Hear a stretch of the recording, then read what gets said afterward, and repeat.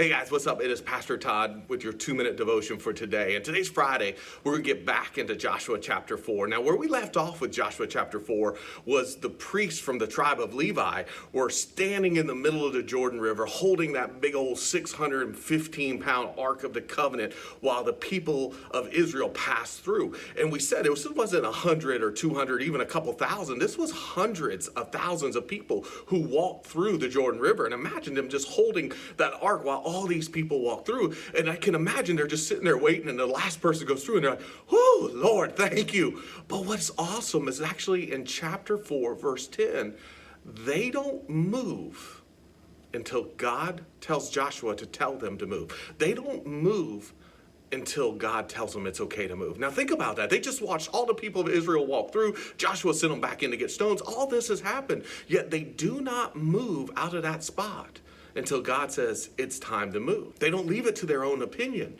They wait for God to give them the timing. Now this isn't just here. We see this throughout the Old Testament. Remember when Moses sent out the dove, and the dove came back with an olive branch, and then the dove doesn't come back at all. And so Moses knows, okay, there's dry land. We can get out of the ark, but he doesn't get out of the ark right then. If you read the Bible, he doesn't get out until God tells him it's okay to get out. And even when the people of Israel were wandering in the wilderness for 40 years with Moses as their leader, there was a pillar of cloud during the day and a pillar of fire at night. That was God's presence, and that's what led them. And they never broke camp until they saw that pillar of cloud or that pillar of fire move. They always waited on God. And I think that's such a great lesson for us, that no matter what it looks like, even if we think, okay, now is the time, we have to wait on God, because God's timing is the perfect timing, and that's faith. Faith is not having all the answers.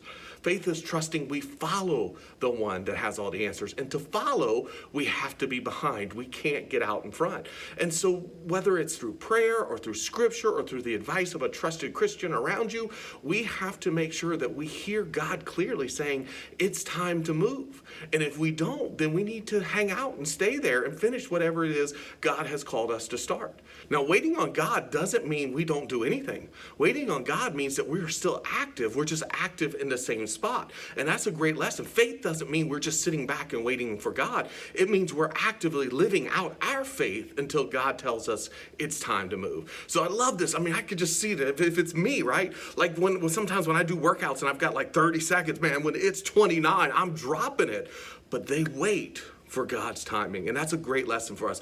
God's timing is the perfect timing. You may not understand why he's asking you to wait or making you wait, but I promise you there's a reason, and it will be revealed. So hey guys, so this weekend, I pray you have a patient weekend, but you're active in your faith. We do miss you. Hopefully we'll be together soon, but until then, God bless you. Take care.